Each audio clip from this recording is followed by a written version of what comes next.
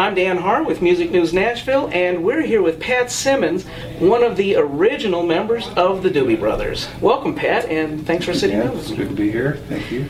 You've been doing this since 1970, which 43 years. And I asked this question of Tom, and I'm going to use the same paraphrase of one of the song titles. What is it that keeps you rocking down the highway at this point? Well, I'm probably just because we still have a band, number one, and we're still getting the offers, which is really fantastic for a band that's been around as long as we've been. But the music, of course, is what holds us all together, having those great songs to get out there and play for people every night. You have so many songs that connect with audiences. What is it what would you say it is about Doobie Brothers songs that people can relate to so well that keeps them coming back? I have to think a lot of our songs are, everyman songs, as paraphrase a little bit. They're songs that I think speak to, everyday experience.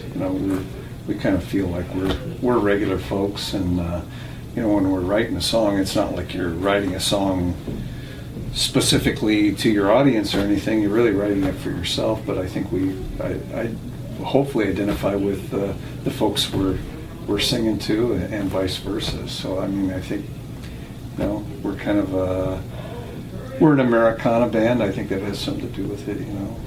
We are a lot of our music is based in American traditions, and I think most people probably were brought up one way or another within the context of that music, and I can identify with what we're doing, and I think a lot of our music reflects music of many eras and many other artists as well. It pulls the heartstrings. Yeah, I think people feel a part of that, so good. Hopefully. Now, when you're performing, you've been before everything from small, intimate audiences to huge arena crowds. Do you have a preference as far as, the ability to interconnect with the audience and the ability to make sure that they go home with a great experience?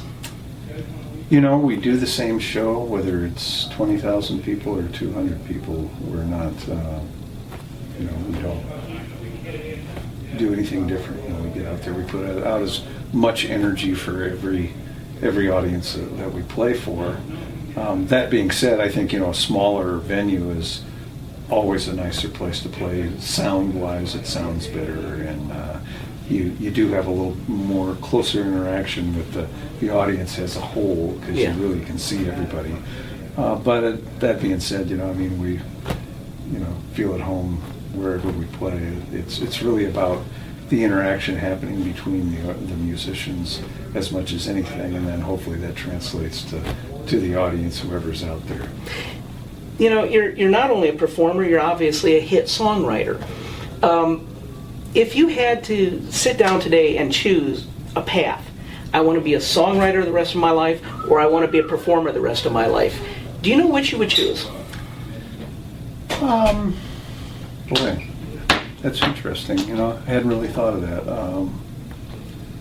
I love playing, so probably that's as important to me as anything. Being on stage under the lights? Yeah, not so much being on stage, but just the playing with other people and having that interaction. And I love to play for myself. But writing songs, creative process is pretty satisfying, very satisfying. It's something that's, I think any artist would agree that that process of creativity, it's exciting. Kind of makes your heart beat a little faster when you're on the verge of something that feels like it. It really is. Making the statement that you were seeking to make in the first place, and it's hard to describe, but it's a little bit like waking up on Christmas morning and waiting for the packages. Yes, to yes. open the packages. That's kind of what writing songs is like in a certain respect. You certain feel of excitement.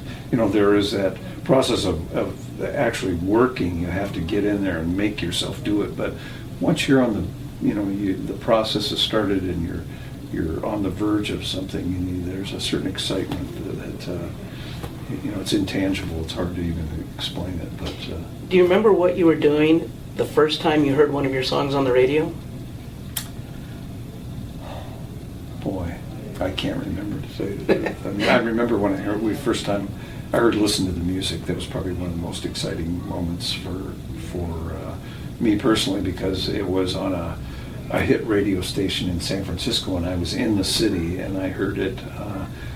Our manager, we had just played a club in San Francisco, and I was staying overnight with our manager. I was at his house, Bruce Cohn, and I hear this voice I was upstairs, and I hear this voice downstairs, "Pat, you got to come down here right away. Listen to this," and I hear Listen to the Music. I go, "Oh my God, we're on the big station in San Francisco. They were playing our single," so that was a big moment for me, listening to the music. I bet it was.